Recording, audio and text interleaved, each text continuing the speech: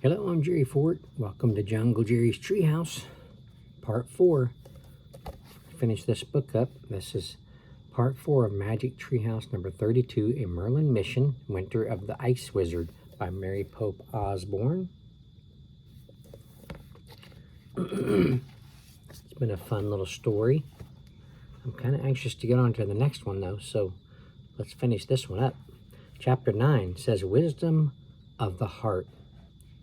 Merlin, Morgan, shouted Annie. Teddy and Kathleen cried out in amazement. Annie rushed to Morgan and hugged her. Jack was filled with giddy relief. Hi, he said. Hi. Welcome back, sir, Teddy said to Merlin. Thank you, said Merlin. He looked at Jack and Annie. And thank you for turning us back into ourselves. We didn't know you and Morgan were the wolves, Annie said. We were following you so we could help you, said Morgan. The wizard told us that if you caught up with us, you would eat us, said Jack. Really? Said Morgan. They all looked at the ice wizard, standing with his sister. He stared guiltily at Morgan and Merlin. I feared that if they...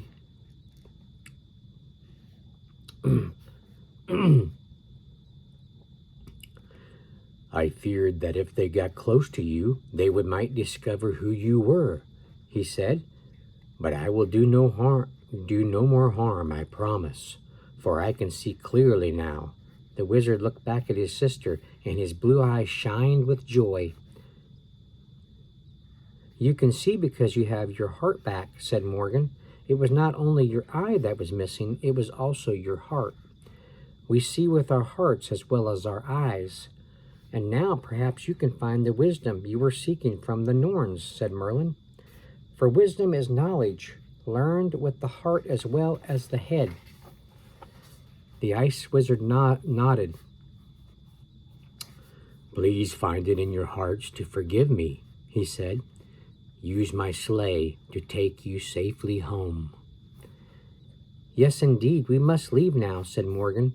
We have been gone from Camelot too long. The next time you come to Camelot, my friend, you must come as a guest, said Merlin. Not as a thief in the night, and you must bring your sister also, Morgan said to the wizard. Indeed I will, the wizard said. Merlin looked back at Jack and Annie. Merlin looked back at Jack, Annie, Teddy, and Kathleen. Is everyone ready to leave now? He asked. Yes, sir, they all answered together. Merlin looked at the staff of strength in Jack's hands. Oh, sorry, I almost forgot, said Jack. He handed the heavy staff to Merlin. As soon as Merlin held the staff of strength, he seemed more powerful. Let us be off, he said briskly. Merlin and Morgan led the way out of the throne room, their red cloaks billowing behind them. Teddy and Kathleen followed, and Jack and Annie hurried after them. Just before they left the room, Jack and Annie glanced back at the ice wizard and his swan sister. They were deep in conversation again. They haven't seen each other for years, said Annie. They must have a lot to talk about. Yeah, said Jack. He couldn't imagine not seeing Annie for years. Come on, let's go. He took her hand and pulled her out of the throne room, through the front hall, and into the cold dawn. Jack and Annie followed their 4 Camelot friends to the wizard's sleigh. Everyone climbed in. Annie sat at the rudder. Jack stood at the front. He pulled out the windstring and untied a knot. The sleigh rocked forward. He untied another, and the sleigh started moving very slowly. The sleigh was heavier than before, so Jack quickly untied 2 more knots. The sleigh bolted across the snow. Stand fast, said Teddy. As the sleigh swished through the dawn, Annie turned to Morgan and Merlin. I have a question, she said. Can you tell us what the giant looks like? The frost giant? Merlin smiled. There is no frost giant, he said. What? Said Kathleen and Teddy. Sure there is, said Annie. We heard his breathing. He nearly froze us to death, said Jack. At night the wind often swirls through the hollow hill like a cyclone, said Merlin. You experienced one of those storms. But what about the Norn's story of giving the wizard's eye to the frost giant as a gift? Said Jack. Many ancient peoples believe that the forces of nature are actual giants or monsters, said Morgan. The Norns are the last of their kind. They hold to the idea that the frost giant is a living creature who haunts the hollow hill. In truth, the frost giant never accepted their gift because there is no frost giant. Jack shook his head. We believed what the Norns believed. They told us we'd freeze to death if we looked directly at the frost giant. And we believed what the wizard told us too, said Annie, that the wolves would eat us if they caught up to us. People often try to convince us that the world is scarier than it truly is, said Morgan. Right now the world didn't seem at all scary to Jack. Everything was calm and bright. Soft rose-colored light was breaking through the morning clouds. Today is the first day after the winter solstice, said Morgan. Today the light starts to return. The days will grow longer. Jack turned to look at the sun. He caught sight of the treehouse sitting on top of a snowdrift not far away. Jack tied a knot in the windstring. He tied 3 more, and the sleigh came to a stop at the foot of the snowdrift. There's the treehouse clear up there. See there? The sleigh. Merlin looked at them. On the winter solstice you showed great courage, he said. You endured storms and terror and extraordinary cold. You reunited the Ice Wizard and the Swan Maiden, and perhaps most important, you retrieved my staff of strength. I thank you. Sure, Jack and Annie said modestly. You have done much for the kingdom of Camelot on your last 4 missions, said Merlin. On your next adventure, you will have a mission back in your world, in real time, not in the time of myth and magic and magicians. We will call for you again soon, said Morgan. Great, said Annie. Jack and Annie, climbed out of the sleigh. They looked back at Teddy and Kathleen. I hope you will help us with our next journey, too, said Annie. Teddy smiled. If we all work together, we can do anything, aye? We can do anything, aye? He said. Aye, said Jack and Annie together. Then they turned and trudged up the snowdrift. At the top, they climbed into the window of the treehouse. Once they were inside, they looked back. The sleigh was gone. Bye, Annie said softly. Jack picked up the small gray stone from the floor. He pointed at the words Frog Creek in the wizard's message. I wish we could go there, he said. The wind started to blow. It blew harder and harder. Then everything was still. Absolutely still. Jack opened his eyes. They were back in Frog Creek back in the Frog Creek woods. No time at all had passed while they'd been gone. It was almost twilight. Snowflakes fell like tiny feathers outside the treehouse window. Annie shivered. I'm cold, she said. Here, take my scarf, said Jack. He pulled off his scarf. No, you need it, said Annie. No, take it. I'll be okay. Jack put his scarf around Annie's neck. What will you tell Mom when she asks about your scarf? He asked. I'll just tell her the Sisters of Fate took it as payment for telling us how to find the eye of the Ice Wizard in a hole in the hollow hill, said Annie.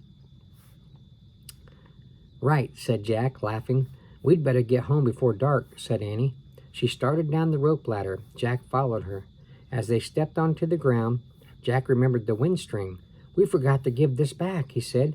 He reached into his pocket and pulled out the string. I guess Merlin's magic took the sleigh back to Camelot. Jack and Annie looked at the string for a moment. Untie a knot, Annie whispered. Jack took off his gloves and untied a knot. He held his breath and waited. Nothing happened. He gave Annie a little smile. I guess in our world it's just a piece of string, he said. Jack put the string back in his pocket. He and Annie started walking over the snowy ground between the trees. As they walked, Jack looked for Teddy's and Kathleen's footprints, but they were completely gone. Jack and Annie moved out of the woods and down their street. They saw Christmas tree lights sparkling in people's houses and candles shining in the windows. Their boots squeaked as they crossed their snow-covered yard. When they got to the stairs of the porch, Jack stopped. Oh, gosh, I'm sorry.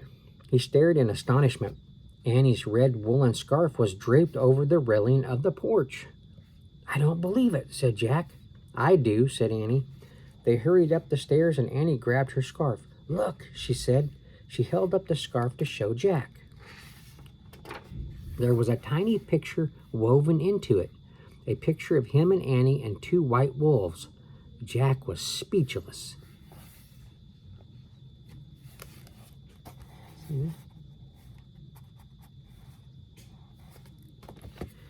"Cool, huh?" said Annie. She gave Jack back his scarf. Then she tied her scarf around her neck. She tucked the part with the picture under her jacket collar. She tucked the part with the picture under her jacket collar. Okay.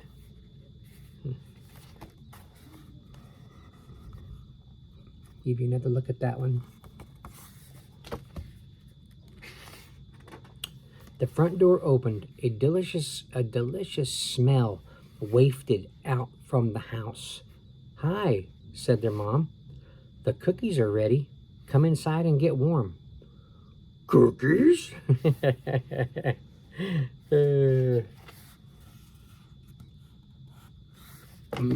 Cookies. Let's see what time we got. We got some time. A note from the author. You want to hear a note from Mary Pope Osborne?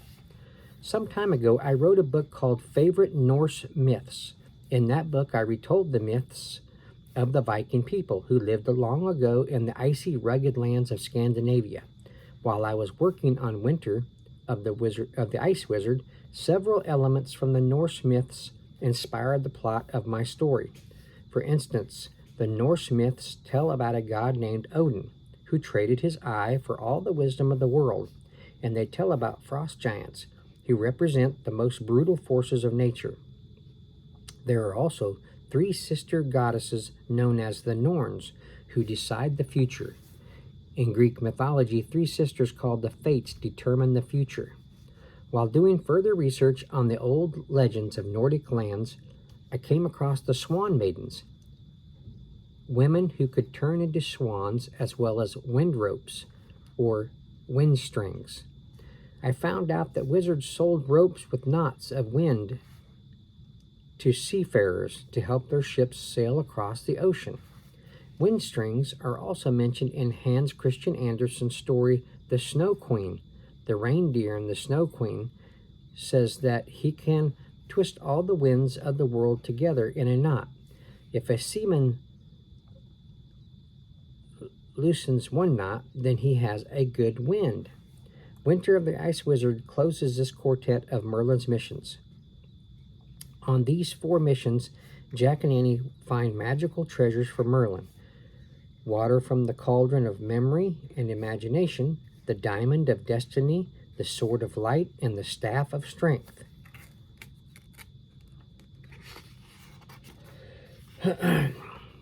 These 4 things were inspired by the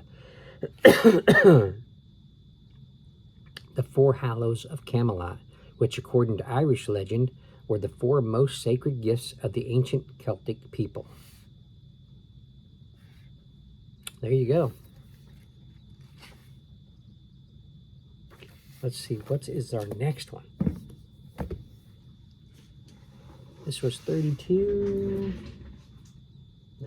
Here it is. This is 33. This is another Merlin mission. Carnival at Candlelight.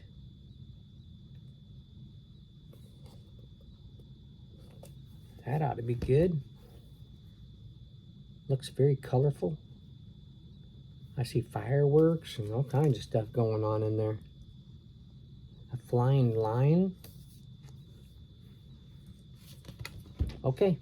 Well, thanks for watching. Thanks for listening. I appreciate it. I hope you didn't go to sleep while I was yawning. Hope it didn't make you tired. How many of you yawn after I yawn? Sometimes that triggers other people to yawn when you see someone else yawn like that. Okay. See you on the next one.